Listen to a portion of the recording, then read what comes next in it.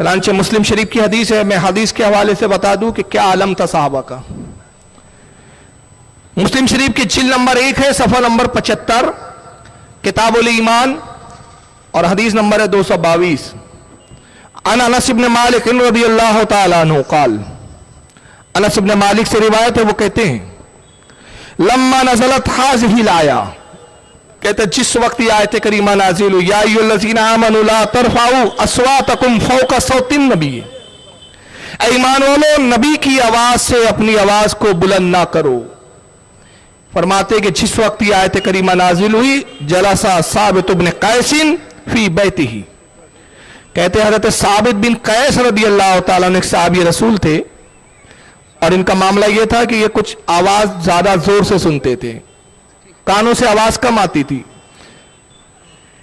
तो जोर से कहा जाए तो तब सुनाई देता था। और आपको मालूम होगा कि जो कम सुनते हैं वो जोर से बोलते भी हैं। तो हज़रत साबित बिन कैस रदी, आवाज ये अच्छी थी पहले, ये कैसा क्यों कर दिए भाई, अब आवाज खींच रहा है, अब तो ये पहले ठीक था। तो हज़रत साबित बिन कैस रज़ियल्लाहु तआला अन्हु अपने घर में बैठ गए, वक़ाल अना मिन अहलिन नार, और कहने लगे अपने लोगों से और अपने आप से कि मैं तो जहन्नमी हो गया, मैं जहन्नम में चला गया। वहां तबसानिन नबी सल्लल्लाहु अलैहि वसल्लम, हदीस के रावी अनस इब्न मालिक कहते हैं कि जब बहुत दिनों तक अल्लाह के रसूल ने उनको अपनी मजलिस में नहीं देखा, काफी अरसा गुजर गया, वो नहीं आए। फसलन नबी सल्लल्लाहु अलैहि वसल्लम साद इब्न माजिन, तो हज़रत साद बिन माज उनके पड़ोसी थे, अल्लाह के नबी ने उनसे पूछा, सवाल किया। फ़क़ाला या अबा अमरियू मा शान साबित तस्क़ी, हज़रत माज से सरकार ने इरशाद फरमाया, मुआज क्या बात है, ए साद बिन मुआज क्या बात है कि मैं साबित बिन कैस को नहीं देखता हूं, क्या वो बीमार है, क्या उनकी तबीयत खराब है। फ़क़ाला सादुन, तो हज़रत साद ने अर्ज किया, अन्नहु लजारी वमा अलिमतु लहू बेशकवा, अल्लाह के नबी मैं उनका पड़ोसी हूं, मैं उनके पड़ोस में रहता हूं, अगर वो बीमार होते तो मुझे उसकी खबर मिल जाती, मुझे उसका इल्म होता, लेकिन ऐ सरकार मुझे इसकी जब इत्तला नहीं, इल्म नहीं, तो इसका मतलब वो दुरुस्त है, ठीक है। फ़ातहु सादुन फ़ज़कर लहू क़ौल रसूलुल्लाह सल्लल्लाहु अलैहि वसल्लम, रावी हदीस कहते हैं कि हज़रत साद फिर उनके पास पहुंचे और नबी पाक सल्लल्लाहु अलैहि वसल्लम ने जो कुछ इरशाद फरमाया था, उनके ताल्लुक से जो पूछा था, वो सब बयान किया। फ़क़ाल साबितुन, तो हज़रत साबित कहते हैं उनसे, उन्ज़िलत हाज़िहिल आयातो वलक़द अलिमतुम इन्नी मिन अराफ़िकुम सौतन अला रसूलुल्लाह सल्लल्लाहु अलैहि वसल्लम फ़अना मिनन अहलिन नार। तो हज़रत साबित कहते हैं कि ऐ मेरे भाई साद सुनो, कुरान की आयत नाजिल हो गई है कि अल्लाह फरमाता है कि नबी की आवाज से अपनी आवाज को बुलंद ना करो, और तुम जानते हो कि मैं बहुत ऊंचा बोलता हूं। बारहा मैंने रसूलुल्लाह के सामने सरकार की मौजूदगी में अपनी आवाज को बुलंद कर दिया है, लिहाजा मैं जहन्नमी हो चुका हूं, मेरा अंजाम जो है वो जहन्नम है, क्योंकि मैंने नबी की बारगाह में बुलंद आवाज निकाली है। फ़ज़करा ज़ालिका सादुन लिन्नबी सल्लल्लाहु अलैहि वसल्लम, तो हज़रत साद ने ये सारी बात हज़रत साबित बिन कैस की रसूलुल्लाह से जिक्र कर दी, सरकार से बयान किया। अल्लाह के नबी उन्होंने तो अपने आप को घर में कैद कर रखा है, सरकार घर से निकलते नहीं है, रोते हैं, बात नहीं करते, बल्कि एक हदीस में यहां तक आया कि अपनी बीवी से कहा कि मुझे जंजीरों से बांध के रख दो, जंजीरों से, ताकि ये मुझ पर सजा हो, मेरा बोझ कुछ कम हो, और मैं जहन्नमी हो गया हूं। सारी बात हजरत साद ने जिक्र की। फ़क़ाल रसूलुल्लाह सल्लल्लाहु अलैहि वसल्लम, तो अल्लाह के रसूल ने इरशाद फरमाया, बल हुवा मिन अहलिल जन्ना, फरमाया जाओ उससे कहो कि हमने उसको जन्नती कर दिया है, वो जन्नती है। यहां इख्तियार भी पता चला, हालांकि कुरान कह रहे हैं कि नबी की बारगाह में तुम जरा सी भी आवाज को बुलंद करोगे तुम्हारा ईमान बर्बाद हो जाएगा, जहन्नमी हो जाओगे, लेकिन नबी ने इख्तियार बताया, मैं जिसको मुस्तगनी करार दे दूं, अल्लाह ने मुझे इख्तियार दिया है, और ये इख्तियार इसलिए दिया कि खुदा की रजा चाहते हैं दो आलम, खुदा चाहता है रजाए मोहम्मद। आवाज सही करो यार, ये आवाज सही नहीं आ रही आपकी माइक की।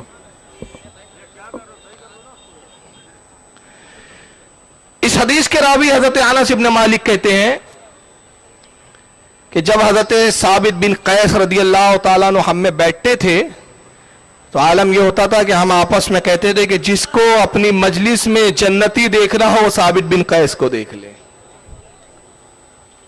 اس حدیث کو بخاری نے بھی نقل کیا ہے مسلم کے علاوہ، حدیث نمبر 1954. امام احمد نے اس کو نقل کیا حدیث نمبر 12422 پر. امام ابن حبان نے صحیح میں حدیث نمبر 7168 پر. امام حاکم نے المستدرک میں اس کو نقل کیا 5036 میں. بہرحال یہ ایک میں نے دلیل بیان کی قرآن عظیم سے، جس سے یہ ثابت ہوتا ہے کہ نبی کی بارگاہ میں آواز بلند کرنا بھی ایمان جانے کا سبب ہوتا ہے. اور آئیے ایک دوسری میں دلیل دوں اور پھر گفتگو کو آگے بڑھائیں کہ رسول اللہ کے زمانے میں ایک شخص گزرا ہے جس کا نام ہے ولید بن مغیرہ. جب سرکار صلی اللہ علیہ وسلم مکے میں تبلیغ فرما رہے ہیں تو مشرکان مکہ کی ایک میٹنگ بیٹھتی ہے اور ایک سالانہ میلہ آنے والا ہے. تو مشرکان مکہ کہتے ہیں کہ جب میلہ آنے والا ہے تو یقیناً اللہ کے نبی صلی اللہ تعالی وسلم اس میلے میں تشریف لے جائیں گے اور تبلیغ کریں گے.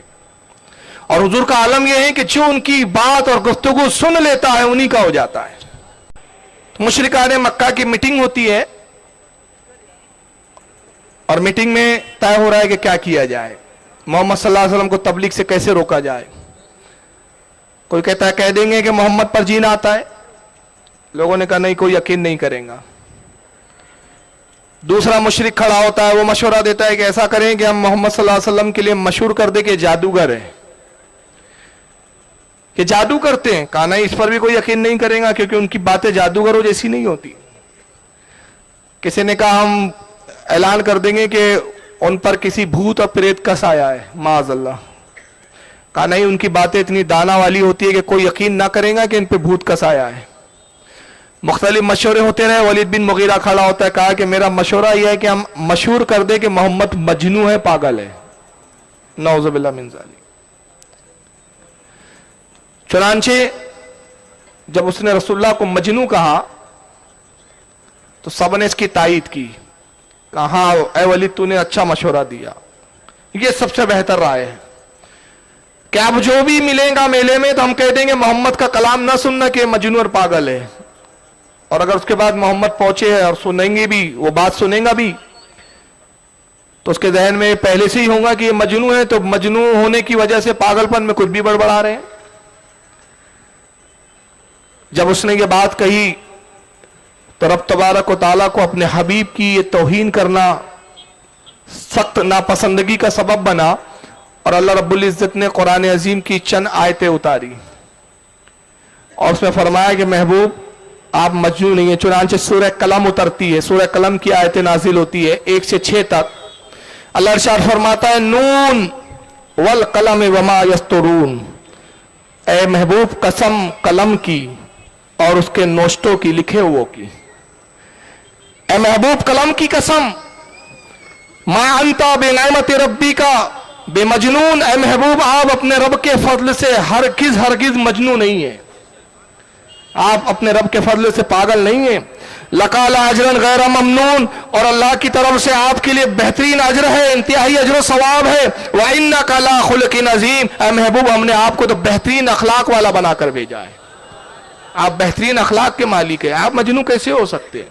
اور پھر قرآن نے آگے آیتیں بیان کی. چنانچہ 10 سے لے کر 16 تک آیتیں ولید بن مغیرہ کی مذمت میں اترتی ہے اور اللہ فرماتا ہے کہ محبوب آپ غم نہ کریں اس کے کہنے کا، اے محبوب آپ اس کی بات نہ سنیں ایسے شخص کی جس کا حال یہ کہ بڑا قسمیں کھانے والا. یہ پہلا عیب گن آیا، اب عیب گنتے جائیں آپ اس کے. کہا کہ اس میں ایک عیب یہ ہے کہ قسمیں کھاتا ہے، انتہائی ذلیل، بہت ہی بڑا تانا باز، تانے دیتا ہے. کہا بہت بڑا فتنہ پرور، بھلائی سے لوگوں کو روکنے والا، حد سے گزرا ہوا، گناہگار، بد اخلاق، مال اور اولاد بھی کثیر رکھتا ہے. اور اس کے بعد 10واں عیب بتایا اللہ نے کہ محبوب ترا تو یہ ہے کہ یہ ولید الحرام ہے، ولید الحرام ہے یعنی حرام کی اولاد، اس کے نطفے میں خطا ہے. ولید ابن مغیرہ نے جیسی سنا کہا کہ مجھے یہ کہہ دیا محمد کے رب نے. چنانچہ اپنی ماں کے پاس پہنچتا ہے. کہا ماں मोहम्मद के रब ने कुछ आयतें उतारी और मुझे बताया गया कि मैं वलीदुल हराम हूं, हराम की नस्ल से हूं, मेरे नुस्खे में फॉल्ट है, मेरा बाप मुगीरा नहीं है, बता कौन है मेरा बाप।